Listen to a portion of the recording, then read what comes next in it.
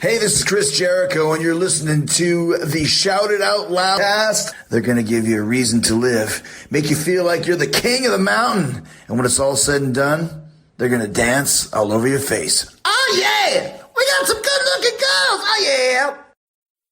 Oh, boy. Here we go. This is Gene Simmons. Put that cookie down. KISS. Stop pressing the button. Stockbroker Simmons. Star? Paul Stanley. Is that what he does? Stop shouting. My name is Ace Frehley. He's not what you would call a handsome man. Oh, no. Here come the KISS times. Is that a positive thing? Okay. All right. I'm going to grab me an ice cold mellow yellow. Why do that to the fan? Stop it. Why? Because fuck them. That's what are you talking about? 617-525-0850. You do? Hey, fucko. Do you like KISS? Settle down. Hello.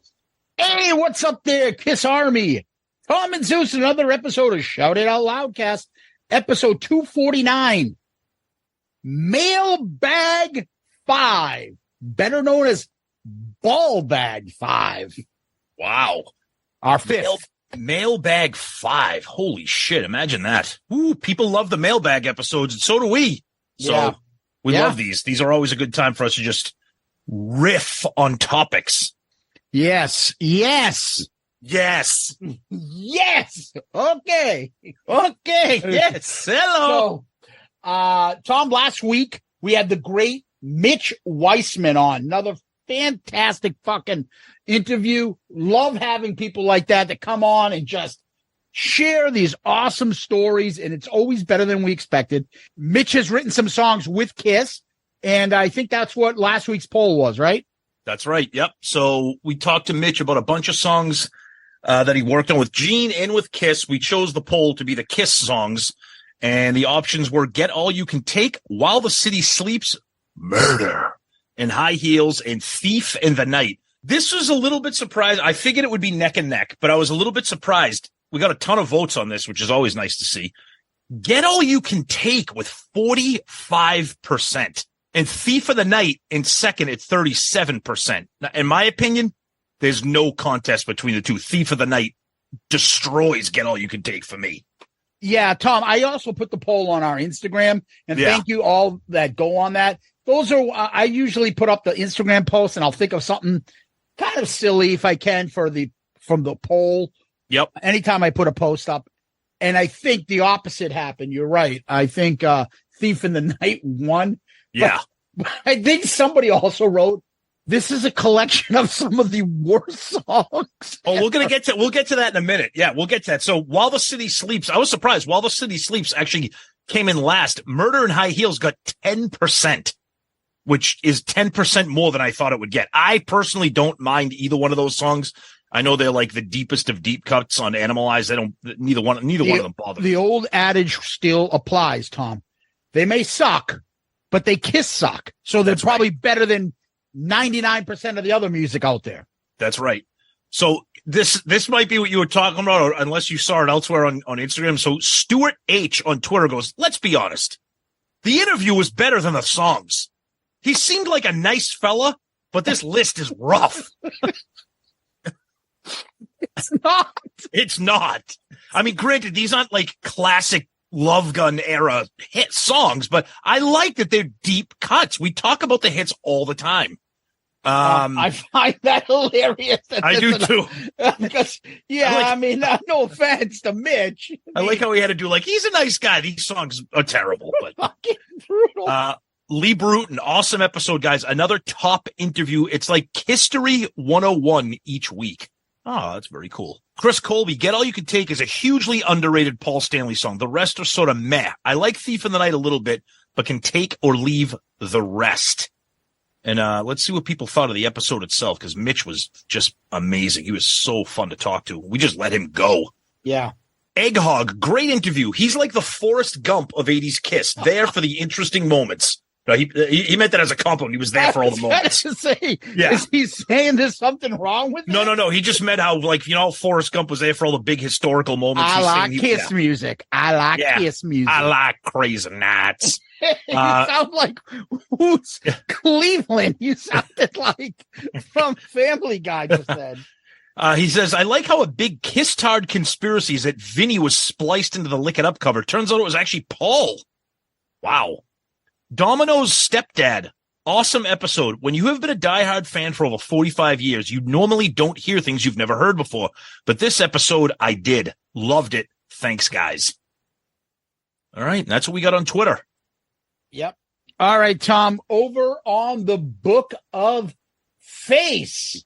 The Book of Ace? No. Oh, by no. the way, okay. as we're going on, oh, jeez. Apparently the human cash register. Oh, yeah. In more ways than one, because that bottom jaw is just. Yeah, the human, it must be raining where she is. They just put another video up. Like, I guess they're filming their video. And like for the first 5 minutes, it's just her face and just. Yeah, there's no Ace. Like what the fuck is this? Like, dude, you are just putting a target on yourself, honey. Yep. Oh, I know she's a fellow Grecian, but help yourself, honey. Come on, stop it. Exactly. Speaking of Grecians. Oh, boy. Fanis Akridides. Yeah. This is a cool episode. Great insight into all the tunes Mitch wrote with the guys. Appreciate these kind of interviews because it burrows into the inner workings of our favorite band. Rock on, guys. Hope to see you in New York City. We'll be there, and I know you will be all the way from Australia. So we can't wait to meet up with you, Fanis. Yes. Yeah, it's going to be awesome. Daniel Peoples. This is top shelf podcasting right here. We get such good stories and so much insight just from the 3 first-time guest questions. We got more info from the high vocals on Always Near You, a David Spade secretary reference, and a wig shopping story. Like you guys said, so much great stuff about a time we don't hear enough about. Yeah, and we also, I put in the question about Always Near You as a favor to you, brother, because I think you were the one that asked me about that. Mm-hmm. Oh, no. Ivan Japsine. Oh, God. Giggity. Guys, this might be the best interview you've ever done. Whoa. Props to you on your ever-improving skills on interviews. Gee, what does that say? What were we like in the beginning? It's kind of like, I like Mitch, but these songs suck. Like, geez, come on. I get it, though. He seemed really generally into talking and spilling stories. And good rant on trying to keep the Loudcasters page non-toxic. I can imagine the shit you have to deal with. Everyone needs to kiss. Keep it simple, stupid. And remember, do you want to kiss? Exactly. Yeah, it's been a little bit whatever behind the scenes, but don't worry. We're all good. John Kozis. Great interview again. I love Mitch's stories about the elder. Shame Paul listened to the critics, not his friends and peers like Mitch. Nice. Greg Gould. You guys get out there and find the most interesting guests. People I would not normally think of. Guys, I really appreciate the work, thought, and effort you both put into this. I always look forward to the podcast and enjoy. Thank you. Over on our Loudcasters page, Tom, Sheldon Bergenheyer. Another great episode, TNZ. Love hearing stories like this. The great Tom Selleck. Tom Selleck. Fantastic episode. Quite a few new revelations about the band. News rolling over with a 357 in Gene's guest quarters. That was a first. That was a great little tidbit right there. Kendall Lacey. This was an incredible episode. One of those where you don't know the guests, but they have fantastic stories. And the three of you had such great chemistry. It sent me back to listen to the songs he was involved with, which is always the best. And all the talk of the elder had me spinning my vinyl. Did I ever share my elder story with you? Over here in the UK, it was never seen. And me and my bestie were collecting. And one day I got into the Kiss section before him. And there it was, the elder on vinyl. I can still feel my heartbeat now. It was £7.99, but I only had pounds, baby. Pounds, baby. but I only had $7.93. No cards. We were teens. Can you lend me 6 pence? Of course he said no and picked it up. We spent all time together, and that was the holy grail. So I was not offended, but I did laugh when he had a scratch and he had to send it back. Kendall, thanks for the story, brother. Nice. John Whiteman, great episode, and I hope you have him on again because I expect he has a million good Kiss stories. I do too, buddy. Yes, absolutely. It was interesting to hear that he and Paul were very close, but now they aren't. And he has no idea why, which sounds a lot like what Kelsey Grammer about his and Paul's relationship when Paul guest hosted on The Talk. I know it'll never be my problem, but being Paul's friend seems like a fucking chore. That's such a great line. That is such a great line. You're right, because he's not the only one. Carmine has said it to us, and a few other people have said it to us. Yeah. I think, remember, he kind of hinted like, I don't want to get into the therapist. I think Paul lives by these, I will cut them off if they ever do something like this. And somewhere along the line, he cuts people off for something that, they probably have no idea. Right. And I know we don't know Mitch well. We talked to him for about an hour or so, but he's in his career and he strikes me as a very kind man. But again, we don't know people from anything, but it is interesting how he's like, yeah, we used to be friends. I don't know why we're not anymore. Yeah. And then finally, let's end on Mr. Iron On Gene's Joey Romanek. Listen to Mitch talk about the 70s and hanging out with Paul and Gene was amazing. When I was 7 years old, I would sit and wonder what it'd be like to hang out with Kiss. And this guy lived that dream. Plus, anyone that likes the Elder is okay in my book. Yeah, Mitch. Nice. On our Instagram page, Junior Vintage, Mitch Weissman is a real great guy. I had an opportunity to connect with him on the Stefan Attica show on video a few years back, showing my vinyl albums. And he is a great storyteller. Glad he still connects with Gene and wishing him all the best and health and happiness. Hope to have him back again. Mr. Antonio 2005. Cool. Over on YouTube. The great Marty White. Great stories from Mitch. I can't wait to hear the polished job on Ace's new record. He'll be the fake Frehley, not Tommy. Oh, God. Pretty Boy Floyd MS. Get All You Can Take really had fucking in it? I've had the cassette without the lyrics, and I always thought it said, what was the difference that it makes? Maybe that was one of the lines that him and Paul were going back and forth trying to fit. Right. But who knows? About the funk, great show, and it just keeps getting better. I could listen to Mitch's stories all day. Saw him in Beatlemania in the early 80s when the original Broadway production first toured, and the show was absolutely mind-blowing. The Kiss connection is living the dream. Tom, That's what I got, and over to you. We got one from our buddy Wes Beach that has some personal stories here. I normally wait to listen to your podcasts on the way to work on Sunday mornings, but when I saw Mitch Weissman on my YouTube feed, I had to tune right in. He had some great stories about working with them in the late 70s and 80s. Too bad there are no recordings of the Beatles songs with him, Gene, and Vinny. I was fortunate enough to work with Mitch on Wendy O. Williams' Wow album, and he was such a great guy and a real sweetheart. He would sit at the grand piano in the studio and plays Beatles songs between backup vocal takes on Thief in the Night. He's such a talented guy. When I asked him why he didn't have a record deal, he said it was because when he would go into record company offices, the A&R guy would take one look at him and say, "You look too much like him," meaning Paul McCartney, and he did. I have to admit, I felt sorry for him because he had so much talent. For me, it was quite an honor to be standing alongside the guy who played Paul in Beatlemania. Thief in the Night has always been one of my favorite songs on the album, and I always love playing it live. That many fans prefer our version to the one Kiss did on Crazy Nights always brings a smile to my face.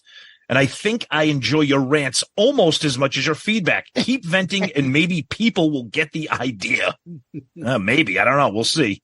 Thanks, Wes. That's awesome. This comes from Scott Wheeler. Another email. Great episode. Each episode and interview keeps getting better. I really didn't want this interview to end. So many great stories. Zeus, you were right. Great job on the web page updates. We listeners deserve to be berated for not checking it out more frequently. I don't know about that, but I appreciate the sentiment, Scott. Thanks, buddy. Yeah. Always a lot of new stuff on there. Take a look. It's a lot of fun. Yep. We're going to finish up our feedback with an email from Pat King. King! Hey, TNZ, I love the podcast. I'm a younger KISS fan. I'm 34, so I didn't get into them until I was about 10. I love listening to you guys talk about KISS and your jokes and impressions. It always makes my day better. Work can be rough and annoying sometimes, and your podcast gets me through it. Your podcast has gotten me through a lot the past 3 years, and I wanted to thank you two for taking the time out of your own lives and making episodes for us. I appreciate it a lot, TNZ. Love you, brothers. Pat, you really don't understand how much these types of emails mean to us. We love having fun on the show, having laughs and jokes. But when somebody sends us a real heartfelt email like this, it really means the world to us, Pat. So thank you so much for listening, for being a fan. And for that, my friend, you are the comment of the week. Good answer. Good answer. I like the way you think. I'm going to be watching you. We're not going to throw X-Acto knives at you, Pat. No, you're good. You're good. Yeah, not tonight. You're good. You are very good. Yeah. So, Tom, what we do next is we always go and give a shout out to our Patreon family. We got a new member, and that new member is the one and only Scott Wheeler, who just commented earlier. Scott's been a long time listener. He decided to jump in as a Catman member. Love it. Much love to you, Scott. Much appreciated. And Pat King, I think he was a Patreon member and came back. He is also to be commended. But Scott, thank you for joining the Patreon family. And we want the rest of you guys out there to come join our Patreon family. We have a great group of people that join, and it's never been bigger, and it's always a lot of fun. What we do is Patreon is there to set up. You guys help out the show, and then in turn we involve you in our stuff. We have merch. We do polls. We do activities with you guys, all sorts of stuff. And Patreon has been a huge reason for the growth of this show. And if you want to see us continue to get bigger and better, Patreon is the way to help us. Go to our website. Patreon is right there. There's a link. Click on that. Read about it. See if there's something that interests you. And come join the family and fun. This month coming up, we have the Patreon pick for ARC. And that's always interesting, to say the least.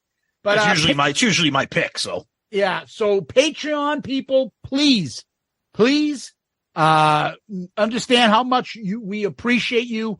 And thank you. And Scott, I appreciate you as well for joining. And the rest of you out there, if you're interested, please join our Patreon family. And we really appreciate it. Thank you. Yeah, you guys are the best. Thank you so much. Scott, we know you've been a fan and a follower for a while, so we really appreciate you becoming part of the Patreon family. That's awesome. Everybody else out there, thank you so much. And if you're interested, please check us out, patreon.com. Click on the link on our website, shoutitoutloudcast.com. Download the Patreon app.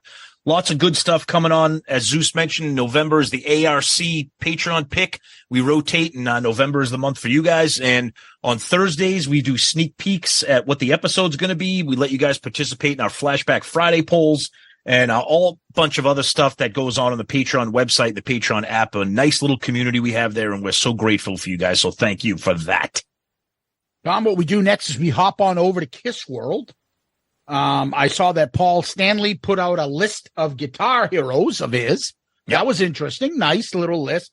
You know, Paul's always gotta tweak it a little, make sure that he touches every fucking thing. Oh, let's put a woman in there. Nancy Wilson. Yeah. Really, Paul? I mean, with all due respect, I'm not saying that I'm not going to say that Nancy Wilson is not a great guitarist, but I've never seen her make anybody's list. And of course, he's got to put Albert, Freddie, and B.B. King. You know, and Richie Havens. Relax, Paul. Just stop it. Stop it. Settle down, Stanley Eisen. It's so transparent how hard he's trying. Yeah. Nobody puts those guys on their guitar list. Now, they're wonderful guitarists. I get it. And then he's like, I've never been a fan of tapping tricks or whammy bars. There've been a few greats like Eddie Van Halen and Randy Rhoads. But what they did came from somewhere. Oh, okay. So shit on two of the greats to make your point. Ugh, just annoying. But other than that, yeah, they're wrapping up the tour. It's It's less than a month before we make our way to New York City. So this is getting crazy. I can't believe it. Right now, they are making their way through Canada, and feedback's been great. A lot of people love them. Met her in Niagara Falls, Tom. Yeah, exactly. Yeah, on top of the, Tom, it was also the great Tommy Thayer's birthday. Happy birthday to him. That's right. We met Tommy, great guy. He was super friendly when we saw him in Vegas at Gene's event. Happy birthday to him. He's youngest or younger than everybody. That's put up with so much shit. Yep. But he's the one laughing every night when he gets up to perform with the band. So I don't think he cares. Yeah. Yeah. Other than that, kind of quiet, just wrapping up the tour, and everybody's kind of bracing for that final weekend in New York City in a month. Yep. Tom, let's take a quick little break. We're heading into Thanksgiving, and want to make sure that you have an extra place setting at your table. Hey, Tom, can I come on in and celebrate with the family? I only got a couple pigeons back here, and I don't really want to have them for Thanksgiving dinner. They don't taste too good when you have them with cashews, mellow yellow, and a couple slices of roni. I need something a little bit healthier.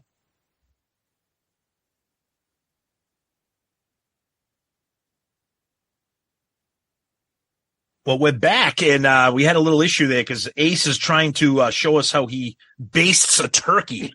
So I'll just let you guys use your imagination there, and we're gonna go elsewhere for our gravy for Thanksgiving. So thankfully, we have a few weeks to work on that.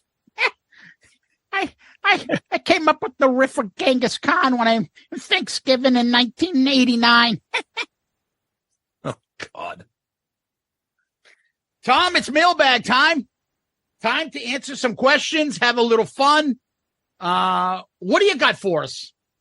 So first off, I want to thank everybody who's contributed over the year, month, days, weeks to send us questions. Every episode, as you know, we do a question of the week, and then once a year we do a mailbag. Kind of try to clean out the mailbag, but I'm telling you, we got a ton of incredible submissions. So if you don't hear yours tonight, we'll get to it eventually during our question of the week, I promise. So we do get a lot, and we're grateful for that. Let's start off with one here from Cameron Holiday.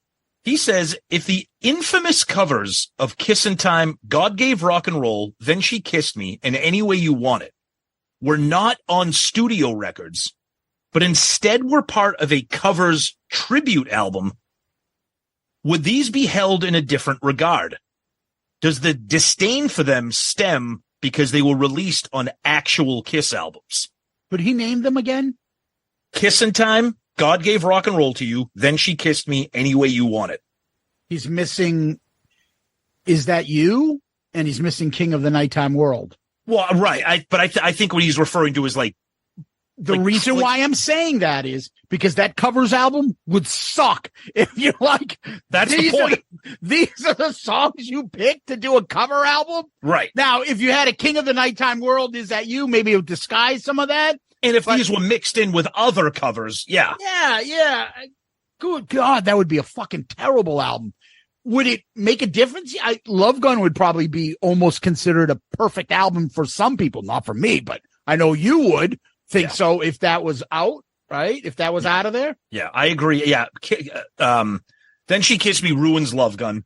Any Way You Want It ruins Alive 2, which ironically are two of my all-time favorite Kiss albums. Rockin' in the USA is really not catapulted good. that to stardom.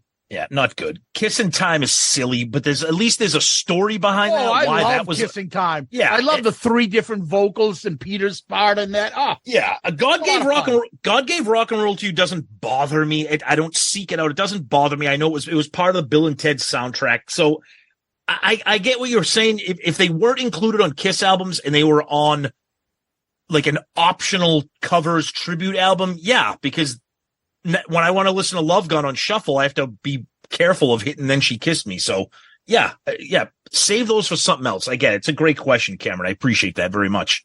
But yeah, like Zeus said, if those are part of a covers tribute album, that's a shitty fucking tribute album. That's almost as bad as my Oranges Volume 1 and 2.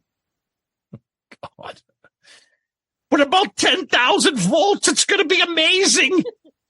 Dude, the people jizzing all over this album already is fucking incredible. People are like, this is the best album It's better than anything Kiss has done in the last 3 albums. Dude, how do you know? Have you heard it? Has anybody heard any tracks on this? It's fucking ridiculous. Well, first of all, that might be true because none of these albums that you're comparing to are great. So, I don't know. It could be. Who knows? I don't know. All right. We got another one here from Jay Rucker via email. Hey, Tom and Zeus, this may possibly be the nerdiest question you guys will ever get. Let's say Kiss never took off the makeup in 1983. Vinny is fired and they hire Mark St. John and give him his own character. Obviously, Mark has to sit out the Animalize tour and Bruce fills in. Does Bruce get his own character or portray Mark's character? If so, does the Kiss Army react the same way that they would react to Tommy and Eric in the Spaceman and Catman? I know that's a mega Kiss-tard question, but I thought it would be something interesting and ridiculous to discuss. I love it. So it's hard to describe what a Kiss tart is, but if you look at this question, that's it. And the thought process behind it, because we all can relate to it. So I'm not mocking him. No. I'm just saying. I'm actually applauding Jay for acknowledging that it is a mega Kiss tart. Yeah. I'm like, that's actually interesting. I would say this. Would he get shit? No, because the internet wasn't around then. Exactly. That's right. We say that all the time. You wouldn't even know if that was Mark St. John or Bruce Kulick. Look, that's right. I'll tell you, when I first got back into Kiss and I saw the Lick It Up, I thought that was Ace. I didn't know Vinny that wasn't Ace. I thought that was Ace, what Ace looked like. I mean, this might be a hot take here. I think in retrospect, I know people love the Fox with Eric Carr and the Ankh Warrior, the fucking Whiz, whatever the fuck he is, Vinny. I know people love that. And again, hindsight's 2020. The smartest thing they could have ever done from the get-go was just keep 4 makeup designs all around and never give anybody their own. And then when they came around for Tommy and Eric, nobody would give them shit because it's been done. That's my point. Yep. No, that's a great question. And I applaud you, Jay, for the question and for acknowledging how ridiculous it is. So thank you for that, my friend. That's great. That's great. Yep. Oh, here's a nice one. This comes from Pete Gibbons. Do you think Alive and Destroyer did more to make the band, or did Dynasty and Unmasked and The Elder do more to break the band? Alive and Destroyer made the band because Dynasty and The Elder did not, because there was other factors in the band not giving a fuck. Ace and Peter kind of checking out. The movie didn't fucking help them. Yep. The solo albums really didn't help them. And you're forgetting one other fucking turd in the middle of that, and that's called Unmasked. Oh, no, he mentioned that. He said Dynasty and Unmasked. Oh, I thought he said The Elder. No, I threw The Elder in. I ad-libbed with the question. No, so I would say the others fucking were immediate impact brought them to superstardom versus the slow burn of them slowly losing. So I don't think it was that impactful. I think it was a combination of things that made them lose it, and it was a lot slower than their meteoric rise after Alive and Destroyer. Yeah, Alive and Destroyer made the band strictly because the albums were fantastic and unique and original. It was the music. I don't think Dynasty. I think Dynasty, Unmasked, The Elder. I think those were a byproduct of what was going on at the band at the time. I think if they made Destroyer in 1980, I don't think it would have saved the band. I think that band was falling apart, and they produced albums that, for amongst the masses and not the Kiss-tards, thought were shit. So it's a great question, and we love these kinds of things, but I just think Alive and Destroyer put it this way, without Alive and Destroyer, there is no Dynasty and Unmasked. You could even look at it like that. Pete Gibbons, that's a good one. Thank you. Here's a good one we all love to talk about. Bill Sharp, what Kiss song has the biggest fatigue factor for you, and what song has grown on you? Grown on me? Yeah, biggest fatigue factor, and what song has grown on you? Wow. I mean, I almost have to fucking take a step back and think about that. I don't know. Fatigue? The fatigue factor, I'll answer this while you're thinking. The fatigue factor for me popped up immediately. And I'm sorry, I know people love this song. I think it's boring, it's plodding, it's slow, and I don't know if I ever liked it, and they play it all the time. It's on every compilation. It's on the End of the Road tour, and that is Cold Gin. I don't ever need to hear that fucking song ever again. I like the riff. It's easy to play. I've actually taught myself how to play it on the guitar. I don't want the song. It does nothing for me. It never really did. What song has grown on me? I would say this. I remember way back when we started this podcast, I was on record as saying that I didn't like quote unquote fast Kiss. Because at that time we were new and, you know, we weren't friggin' 24/7 Kiss tards the way we are now. With the help of Quarantine, Chris Jericho and Bruce Kulick and those guys, I love songs like No, No, No now. And I like Love's a Deadly Weapon. I like those songs. Firstly, because they play them great and they kind of reintroduce me to them. Second of all, they're deep cuts.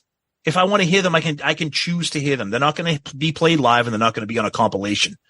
So for me, I would say out of that, I'd pick a deep cut like No, No, No, I would say for me. Okay. Yeah. So the thing that has probably grown on me, I'm looking at my Kiss song list. Yeah, go ahead. Songs that before the podcast, I didn't go to. So I would go to Nowhere to Run and I would go to Mr. Speed before the podcast. Yep. But songs like I would say I would say Plaster Caster shot up the charts for me. Mm-hmm. And Paul's It's All Right. Yep. I would say those. And a lot of Peter's solo stuff. I Can't Stop the Rain. I found the brilliance in it. Mm-hmm. What about Fatigue? Fatigue, I would probably kind of go like you do, Tom. I like the original songs. I don't want to say the exact same thing as you and say Cold Gin. I'll say songs like, I don't know, Strutter. No, does nothing for me. Really? Oh, Strutter does nothing for me. Okay. I don't know. 100,000 years. Like, I don't need to hear a fucking drum solo. If there was no drum solo, I'd probably make okay. Yeah. But like things like that, it just, there's no need for. I do not get tired of songs like Deuce. Nope. Rock and Roll All Night. I still love to hear. Detroit Rock City. I still love to hear. Yeah. You know what I would probably say? I take it all back. I just thought of it. I do not need to hear again Love Gun. Oh, Love Gun. Wow. Fucking what? Especially live. Oh, it's just man. Love Gun in the end of the road set list. No need. No need. And stay where you are, Star Child. I don't need you to fly over here and annoy me more. You know what? Here's another one that's this might upset the fans. I know it may upset you. It's a song. I get it. I know what it stands for. The live version on Alive 2 I really like, and maybe it's just because I'm just kind of tired of it, which is the point of a Fatigue. God of Thunder.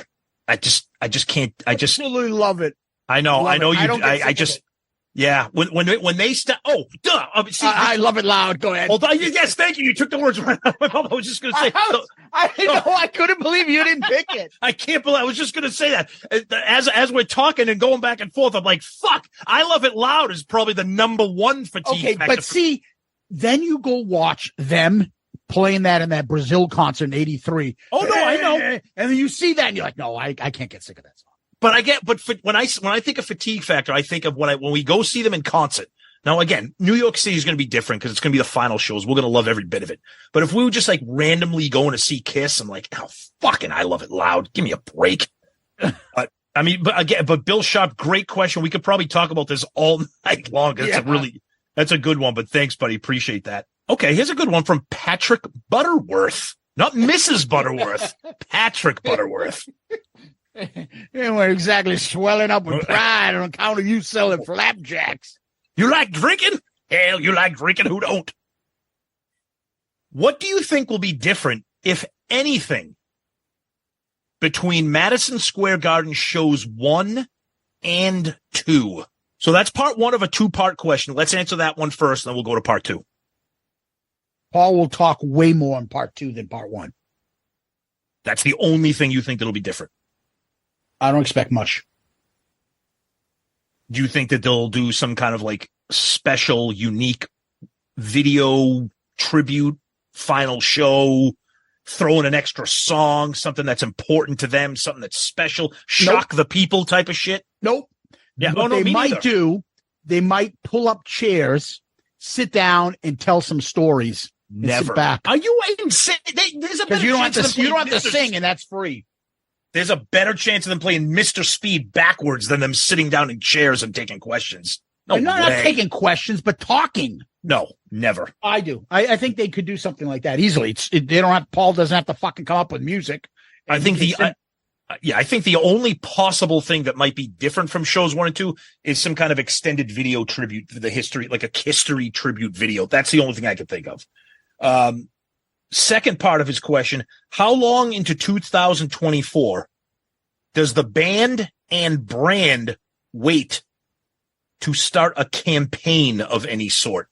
Probably meaning to like become like the ultimate nostalgia act with compilations, products, etc., residency. I think they have it planned right away. I think by mid-January, February, there'll be something out. Oh, a new box set, off the soundboard, a KISS cruise, something gets announced.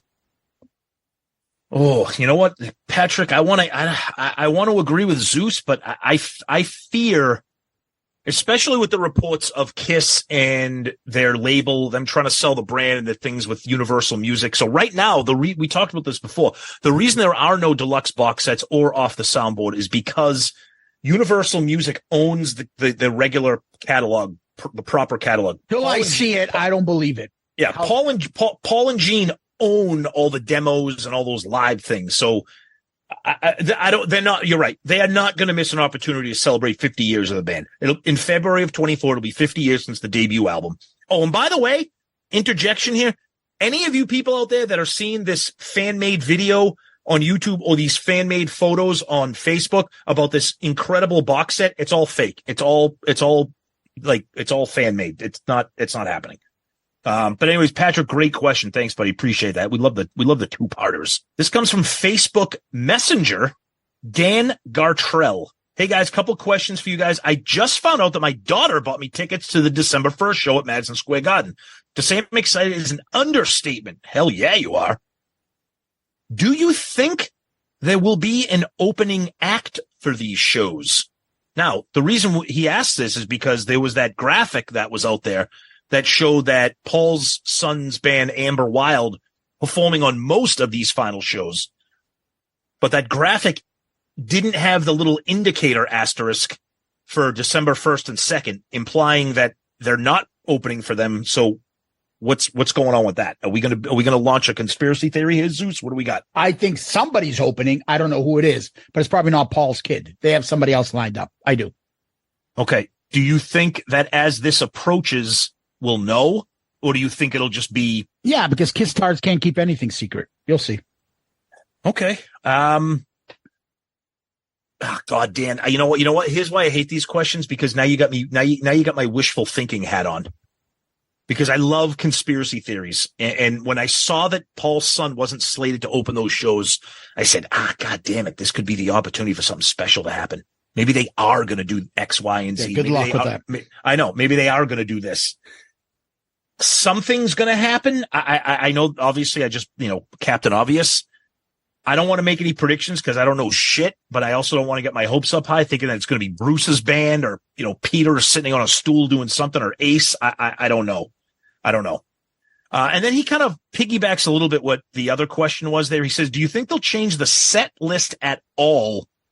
Throw something in there for the lifelong fans on those final shows? Yeah, they might do a quick little medley. That's what I think. Wow. Okay. I wasn't expecting that, because to me, that just sounds like something way too creative for the band to do. No. I think it's easier for them to do with Paul's. I do too. Limitations. I do too. Yeah. They could play 20 seconds of a song and kind of go through. Yeah. That would be fantastic. Other than that, Dan, I think if they throw something in, it'll be something that is not a deep cut, maybe something, that should be on the set list that's not, like something like Come On and Love Me, or, like something like that. I don't think we're going to get blown away, but we'll see. I think everybody is really, really excited about this. We're 1 month away from it, and I don't think anybody knows what to expect. But great question, Dan. We'll be there, so come look for us. We'll, as it gets closer, we'll kind of try to set something up informally, as we've stated before. So got a question from King Cusano, Randy Bosworth. This is interesting. Talking about the Tom Snyder interview. Do you think the Tom Snyder interview would have been different if the seating arrangements were set up differently? Excellent question. Yes. He says, do you think Gene would have grabbed Ace by the leg like an abusive husband? Yeah, I think they would have been able to cut the shit between Peter and Ace if there were people between them. See, I don't know, because how could they have done that without causing a scene? Because it was on TV, remember? So how if you had Gene sitting next to Ace, how is Gene going to quote unquote reprimand Ace without embarrassing himself and Ace? I don't know. I don't know. I think it would have been able to keep them a little bit on a better even keel. They won't be as right next to each other and the other two staring at them from across the way. Yeah, no, I agree. Yeah, I think you're right. I do think Peter sitting directly next to Ace was like the two kids in friggin' detention hall egging each other on. That probably wasn't a good setup, but I don't know. I think Ace was just so off the rails. I don't know if any of it mattered. A good question, Randy King. We love you, buddy. Thank you for that one. Let's dig deep into the mailbag here. We got a lot. You guys are awesome for sending all these. This comes from our Bostonian friend. Moving on. What would be your walk-up song if you were a baseball player? Ooh, for KISS, like what would KISS, be? yeah, yep. A KISS song. You're a baseball player. What's your walk-up song? Or if you're a pitcher, what's the song that you play coming out of the bullpen or whatever? You know, Mariano Rivera was famous for Enter Sandman and all that shit. For shits and giggles, wouldn't Take It Off be funny? That would be good. That would be good.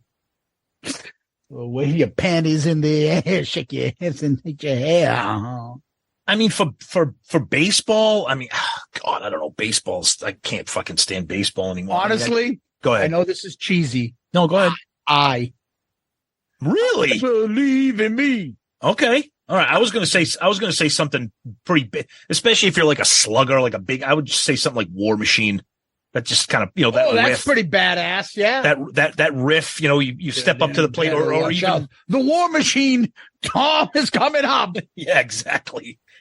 Yeah. That'd be pretty badass, but I believe in me. Yeah. Or, you know, maybe Burn, Bitch, Burn, you know, I don't know. That'd be good. You know what? Here's an assignment for the listeners out there. Find out if anybody in Major League Baseball this past year has a KISS song for a bullpen, walk up, anything. I want to find out if KISS even matters to baseball players right now. I think that would be interesting. Yeah. Good question. Thank you. All right. Let's keep rolling here in the mailbag, digging deep. We got one from our longtime Patreon supporter, Adam Stevenson. Check out his cool podcast, The Metal Oasis. Yours truly has been a guest on there a few times. What do you think the band would have sounded like if Ace left first and Vinny replaced him, so that it was Gene and Paul and Peter and Vinny? Eric Carr's monstrous drums complemented Ace's style, but can the same be said if Peter was there playing with Vinny? I think the music would have been different in 79, 80. Yeah. I think obviously Vinny knows how to write a song. It wouldn't be like metal like he was when he came in like 82, 83, 84. Yep. I think the music would have been more songwriter type material because he can write great songs with Gene and Paul. I think it would have been fine. I don't think it would be that much of a difference. I think once they got into the 80s, there's no way Peter would be able to handle that shit. Yeah, I agree. I think if Ace left, well, see, here's the thing. Ace left after The Elder, so that was 81. And by then, the 80s were starting to slowly roll out. So if Vinny took over then, I don't know. With Peter sticking around, no way. I think it would have been very difficult because as great of a songwriter as Vinny is, the way he writes songs, they are melodic, but they're rock songs. Like they're not very like swinging, grooving songs that Peter could do. I mean, Peter could play it and maybe Vinny would adapt the style of songwriting to something that Peter could do. But I think that would have been kind of a weird combination. I just think that would have been weird. I think Eric and Vinny were perfect together, their styles, but that would have been weird if Peter tried to play with Vinny. They had the best group for the middle years of metal. Mm-hmm. Vinny and Eric Carr are the perfect combination. Yep. I agree. Peter would have fucking hampered them. You thought he fucked them up on the Dynasty tour. Wait till you see him try to do fucking Lick It Up and Exciter. Oh, God. And I Love It Loud. Yeah. Oh, no. Well, Peter could have done I Love It Loud because that's a slow song, but yeah. He ain't handling that drum sound Eric Carr got. He ain't doing that. Yeah, probably not. Probably not. So, all right, Adam, great question. Thanks, buddy. Appreciate it. Let's see what we got next here. We got a lot of good ones here. Oh, here's a good one. This is a good one here. This is from our buddy Backpack Brad Rustoven from the Slamfest podcast. This is a good one. I don't know if anybody's talking about this. After attending the final show at Madison Square Garden on December 2nd, what do you think the fans are going to do? Not the following week, not the next month, not the next year, immediately following the show. What are people going to do? Are they going to be like in stunned silence? Are they just going to walk out of MSG and be like, holy fuck, that's it after 50 years? What's everybody going to do? Go to a bar? I don't fucking know. I mean, what do you want them to do? I don't know. I think the reason why I think that's actually an interesting question is because I feel like so many of the Kiss tards like us and all the people that are going to be invading New York City. It's not Woodstock fucking circa fucking whatever. Yeah, people are going to torch down New York City. No. I don't think 60-year-old Kiss fans. What are they going to do? No. I don't think there's going to be any. No, obviously there's not going to be anything. The people aren't going to be like friggin', flipping over porta potties on fucking, Fifth Avenue or whatever. If they're already old people are going to go take a nap. What do you think they're going to do? I don't know. I think I might. I don't know. I know for me personally, I'm going to have a very hard time walking out of Madison Square Garden. It's going to be like, fucking 50 years, 45 years of my life is like just staring at it, just having them walk away, especially when we look at each other and be like, fuck, I can't believe they didn't bring Ace and Peter out. I don't know. It's good. Hey, Brad, you know what? We'll have an answer for that on December 2nd when we're all there together. Then we'll be able to answer that question in real time. Check out Slamfest podcast with Brad. Good guy, good show. Yeah, we'll say to each other, yes, I heard Cold Chin again. Oh, what a great set list. Oh, God. All right, here comes another one from our buddy Josh Brown. In 2024, when the band is officially done touring, do you think that Tommy and Eric continue after KISS with their own band along the lines of what some of these bands like Chicken Foot, Velvet Revolver, Traveling Wilburys, they kind of create like this quote-unquote super group? If they created a group, do they write original music or covers? If they tour, do they play songs they played with KISS? Or do we see Tommy and Eric just ride off into the sunset? I think Tommy and Eric are going to do their own kind of thing. And Tommy might be around as Gene's fucking, assistant and KISS projects. He'll be like a producer and stuff, get involved. If there's another form of like KISS cover band or hey, let's do KISS 2.0. Like Tommy would be like a producer or something like that. I don't see them. Like, I just don't see the energy for them to be like, let's do KISS and we'll just get a new Paul and Gene. I wish they would grab like a Todd Kearns and a Zach Throning tour, but they're not going to do it. I wish they would, but they're not. Yeah, I don't think there's any chance. I've been saying all along, I don't think there's going to be any KISS 2.0. But I think that because Tommy and Eric are young enough, I don't see them riding off into the sunset. I don't think so. I think they're going to do something, and I don't think it will be KISS related. I think they'll play on other people's bands. Maybe they'll set up a small band on their own. They'll release some music here and there. Yeah, why not? Yeah. I'd like to see something like Bruce was making a ton of music after he left KISS. He was putting out solo albums, material. People like that stuff. KISS fans like that stuff. They're, like I said, they're young enough and they're talented enough. I don't want to see them ride off into the sunset. I want to see something. Whether or not they do some kind of super group, that would be pretty cool. But my fear is that it will be some kind of super group with the fucking keyboard player from Dangerous Toys, and everybody's, this is going to be the best album since '88. No, I don't want that. Nobody needs to hear that, but maybe he'll go back to Black and Blue with that other fucking idiot that. Jamie St. James, or what is that the guy's name? Yeah, the broke-ass, twisted sister Lee D. Snyder lookalike, whatever his name is. Yeah. I don't know. The funny thing, I will say this, just as like a sidebar here. The one thing I like about some of these questions, we will eventually get an answer to all of them. next year we'll get an answer to all these, which is cool. Nobody knows what they're going to be, but I think us predicting them is kind of interesting. Let's see what else we got here. Material to talk about KISS. Hold on, because that might be coming up. All right. I think this is a serious question, but I don't think we're going to be able to answer it seriously. From Chris Deese, email. He's a big fan. Like Death and Taxes, another Ace cover is inevitable. Playing devil's advocate, what song would you like to hear him cover? Exactly. Go ahead. I don't have a song I know off the top of my head for Ace to cover. I will tell you, he can't cover a song with a strong vocalist. No. Like, just stay away from Led Zeppelin stuff. So you don't think Good Times, Bad Times was a success? No.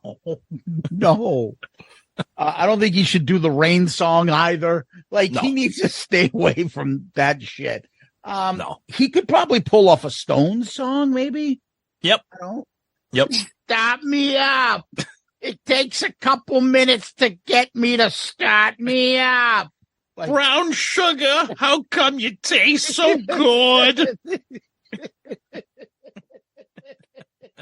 Speaking of Ace, we were having a laugh just now because we saw the video of him like promoting something. Come see me perform. This is Ace Frehley at the Santander Bank, I don't know, in the parking lot. If you come and get a ticket to my show and you make a $200 deposit, you get a 7-inch copy of Ghengis Khan, the single on Orange Swirl. You guys enroll in the Santander low-fee checking account. I'll send you some demos from Space Invader. If you deposit some money into Laura's bottom chin, just make sure you shut the drawer because it'll get wet if it's raining.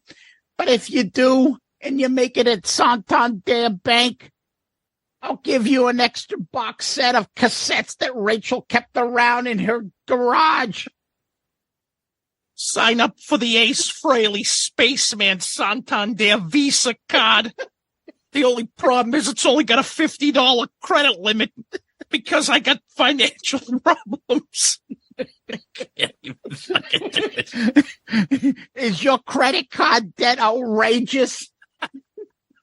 Lara made mine even more outrageous.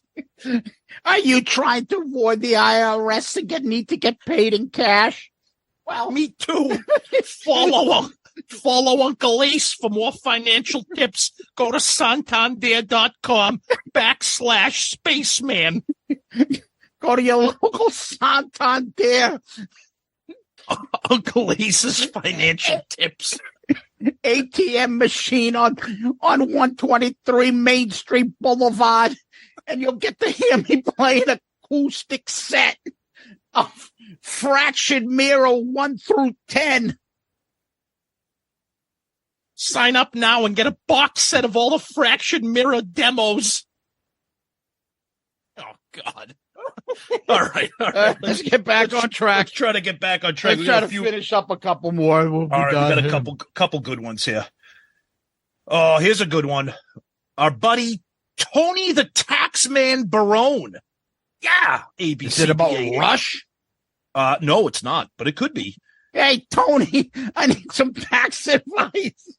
When you're done with your question, can you give me a buzz? I got a flip phone, so you make sure you call me around 12 o'clock because I can't hear it ring too loud. Oh, God. TNZ, if you never started the KISS podcast, in which you did a spinoff to the Zeppelin Chronicles, excluding those two bands, what other band could you have gotten onto the same page to start your podcasting career with? Easy, grunge. That's the one that me and you would definitely be able to be on the same page and be able to hit. You have other interests. I have other interests. Like, you're not doing a country podcast with me. We're not doing an Eagles podcast yet with me. What else would we do? I mean, Elvis, that's not really your bag. Frank I'm way ahead of Sinatra's you. not for me that you Right. have and all your Right. hip hop 90s stuff. For Right. me, I mean, No, I agree. The easy answer, it would have been called the Grunge Chronicles, and we would have just we would have just spent picking apart albums, songs, tours, musicians, artists, cover songs, maybe veer off into some regular 90s alternative. That would have easily and who's to say that that's not a future possibility? Because I could tell you right now, just to kind of piggyback on Anthony's answer, you think Zeus and I are like busy with all these things? This is the two of us can't sit still. Like we're always doing something, and Zeus and I are always talking about doing something. So for all we know, I mean, I know we've covered some grunge on ARC, but which that is doesn't brutal because the third person on that destroys our fun of it. And then he comes and sticks a spoke in the grunge wheel with a fucking Alice Cooper album. Or fucking, you got to listen to Heat 2. Tony, great question. That it would have easily been grunge / alternative, and who knows if that's something that we might tackle down the road. Who knows? Yep. What else you got, buddy? We'll wrap up the mailbag this year with one from our good buddy and longtime supporter and Patreon friend, Jason Worden. We all know KISS, and especially Paul, are ready to end after this current end of the road tour. In your opinion, would there have been some Vegas residents or even cruises if COVID never happened? It seems to me that COVID ruined the fun that they were having, and if life never included COVID, they would have been up for more KISS-related events. Those seem to be a pipe dream now. Hopefully they start releasing box sets and special stuff like that. Later on, Jason Worden. Good question. I've had my opinions on this. You want to start with this? Yeah, obviously they would have been doing more stuff because if they're still performing at this age and they finished 2 years earlier, they'd be restless. Obviously they could look at each other and say, hey, we could still do it because they're doing it now. When was then? Just now. We just missed it. Yeah, something like that. But I think they would have the itch and they would still be releasing box sets and doing the cruise and things like that. Yes. Yeah, I think COVID, generally speaking, COVID fucked up a lot of things. I mean, that's the understatement of the year.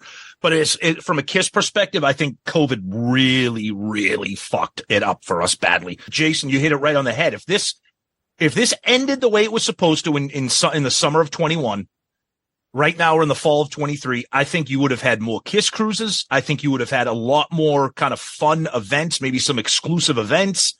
Maybe the residency, maybe a convention tour. I personally think that there would have been some excitement. But as I've said many times on the show here, I think the long, drawn-out exhaustion of this has kind of sucked the enjoyment out of everything, particularly Paul. That's just my thing. So I think COVID really fucked the KISS fans with that. I hope we're wrong, but I think, as Zeus says, the Renaissance man might be ready to ride off into the sunset after December ends. But I think COVID is going to make us KISS fans pay for that for sure.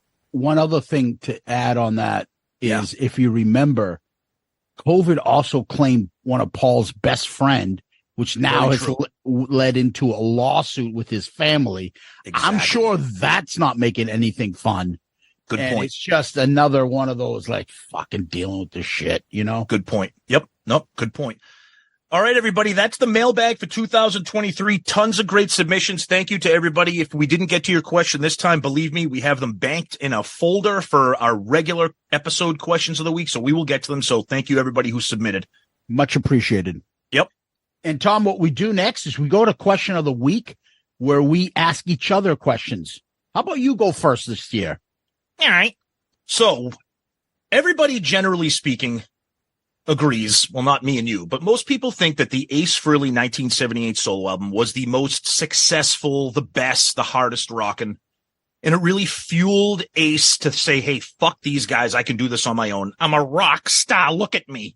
I'm also handsome. But now he stayed with the band through Dynasty, Unmasked, and The Elder, but we know that he was kind of cruising. He eventually left and had a solo career. And even to this day, he says, fuck those guys. I don't need them. I can do this. I'm awesome. What, if anything, would have changed if Ace's 78 solo album was a complete debacle and disaster? If it sounded like shit, if the songs were terrible, if the production was bad, none of the songs were memorable, it didn't have New York Groove, it didn't have Rip It Out, it didn't have Anton Fig. and Paul and Gene looked at him and be like, see, we told you, you need us. I think the band would have just continued, because I think he wouldn't have the idea of, like, this sucks. I got to carry my own bass and amplifier. He'd be like, what else do I got? Nobody would be in his ear. Be like, you don't need these guys. You're a superstar. So you think he would have stayed? You think he would have just stayed with KISS? Yeah, because other than, a lot of that would have to do is Rock and Ride and Shock Me Out, because he was able to produce those two. So maybe he thinks, this album didn't do well. Maybe I still have another shot to get a couple other big songs that do well. I just feel like, let's say he hasn't put out any music and he does his solo album. The solo album flops. I think he would have stayed longer because he has no outlet to go, because he'd probably be like, they might be annoying, but I'm fucking in a big, huge band and I'm making good money. What else am I going to do? Which I think would have then really made it interesting, because I know we kind of tease Ace and his solo career, but for me, Second Sighting, Frehley's Comet, those are really good rock albums from the 80s. So if Ace stayed with the band, would Lick It Up and Animalize, like would those albums sounded differently? Yeah, they would have. I mean, what if questions, especially with Kiss Tard stuff, is awesome. I love it. But so that's my question for you. Yeah. No, I mean, I think that's pretty self-explanatory. I don't think he would have gone anywhere. I think he would have just stayed and milked it for as long as he could. Until he finally got thrown out. Yeah. Or passed out. Yeah, well, that too. All right. So, me to you. Tom, end of the road happens. Now we go into January. All right. We have enough material to go for 10 years. Do we want to continue Shout It Out Loudcast KISS conversation for 4 times a month? Or do you, and I'm putting them on the spot now because we haven't had this discussion really. Are you thinking maybe we don't do KISS 4 times a month? Maybe we don't do KISS at all. Maybe we continue doing KISS. Obviously, the decision isn't going to get made now over this episode because we haven't discussed it. I'm curious to hear what your thoughts are, though. Well, me and you share a brain, which is frightening at times. But this is definitely something that I thought, too. I know that for me personally, and I'm assuming you feel the same, I know that the one thing we want to get through is all the studio album reviews. I know that that's a big deal for us and our listeners. But in terms of continuing Shout It Out Loudcast as an all KISS podcast every Saturday, I do think that KISS going away will potentially change what we do. Now, the one thing I'm very, very proud of our show is that a lot of the stuff that we do is not based on current active KISS. We do tour reviews, we do TV clip reviews, we do live albums, compilations. So we can continue that. Absolutely. And I will just finish with this.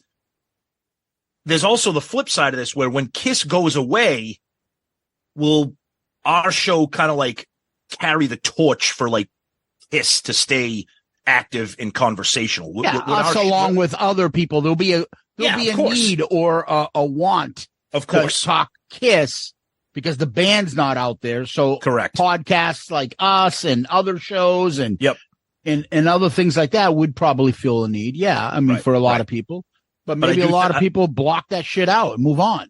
Yeah, but I do think there's definitely going to be a conversation about the future of Shout It Out Loudcast for sure. Yeah, I mean, obviously people are doing Beatles podcasts and they're fucking have enough shit to last them forever. Yep. And how long did that that band last? So that's right. For me, I would guess that the show on KISS will continue. I would probably say that it probably wouldn't continue in this exact format. No. Meaning 4 times a week. I think maybe next year it would, but I don't know after that. And who knows what's going to happen in life, but I'm just interested and I'm kind of prepping people in case it does change. Yeah. I mean, I tell you this, we're not, me and you aren't going anywhere. I mean, we have Album Review Crew, we have Dome Damage, we have Zeppelin Chronicles. I mean, our buddy Tony just asked us about other stuff. Zeus and I, for all we know, we could do a friggin' 90s alternative grunge college retrospective on, we don't know, but we're not going anywhere. So the KISS stuff may slowly, kind of be pulled back, but that's not happening anytime soon right now. But that is a conversation to have. Yep. Tom, where can people find us? Best place is our website, shoutitoutloudcast.com. You can find all of our episodes there, the Shout Out Loudcast episodes, Album Review Crew, Dorm Damage, Zeppelin Chronicles. Find all the links to our Patreon, our Amazon merch, our Amazon shopping, all of our social media links. You can comment directly from the website on individual episodes. We get those in the form of an email, which is great. And our email itself is shoutitoutloudcast@gmail.com. We thank everybody for sending in questions for the mailbag. Again, if we didn't get to yours this time, we will get to them eventually when we do our question of the week segment. So thank you for that. And of course, we're very active on social media, Twitter, Facebook, Instagram, YouTube, TikTok. We're going to start getting more involved in TikTok for sure. Once we figure out what the fuck we're doing there. TikTok is for the children, but we'll figure that out. And, of course, we always like to say another huge shout out to our Patreons, especially Scott Wheeler. Thank you for joining the family. We know you're a longtime fan and supporter, so much appreciated. And we always like to say that we are a proud member of the awesome Pantheon Podcast network of shows. Yeah, people can DM us on Twitter, X, Facebook, Instagram, wherever you can. Reach out to us. We're not shy. We'll get back to you in a timely fashion, if possible. Please subscribe to our YouTube channel, which is consistently growing, and get some of our best feedback from our YouTube channel. Make sure you subscribe, even if you don't listen to it on that. So it helps the show. So do us a favor. Then you can give us one of those 5-star child reviews on Apple Podcasts, Facebook, Podchaser, Spotify, wherever you can. It's a big help. It makes us go up in the food chain, and people can find our show and grow the audience. So that's a big help. Remember our merch page on our website and our Amazon store. All those things that you can use can help the show, and especially Patreon we talk about all the time. Please, you can always go to our website and peruse that. That is shoutitoutloudcast.com, shoutitoutloudcast.com, and email us at shoutitoutloudcast@gmail.com, shoutitoutloudcast@gmail.com. Tom, what we always do is leave on famous last words. Do you have any? Oh, always. Got a reputation. Haven't got a hope. It's a sticky situation if she ain't old enough to vote. Oh, that's nice, Gene. What do you need a fake ID for? So I can vote. Your middle name is Ralph, as in puke. Yeah, that could be the next thing. The Movie Review Crew podcast. Oh, yeah. Oh. I'm getting tired of Betty. How can you get tired of that ass, Takashi? I see your point. All right, Tom. But hold your head up high and let your spirits fly. Keep hope alive. Keep hope alive. Yes, deep inside, and your dreams will never die. Is that Randy Watson? What is that from? We are one. He helped Daniel. Get out the line. Get out the line. Help Gilligan. Get off the island. Who's the one he helped at the Battle of Jericho? Yeah. He helped Daniel get out of the line. Lions, Dan. Yep, Gilligan. Get off the island. Did Gilligan ever get off the island? I don't think he did, but anyways, it's okay. All right. I don't know.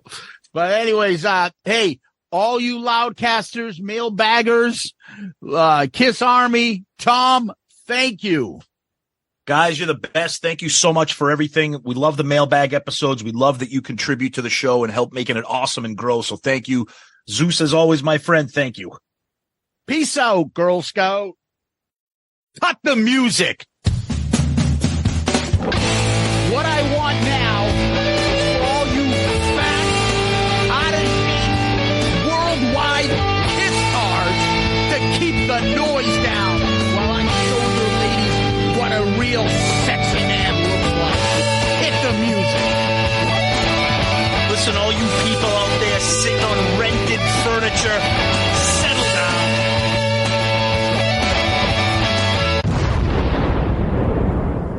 Anybody seen Richie? Anybody know why Richie did Bobby Lupo?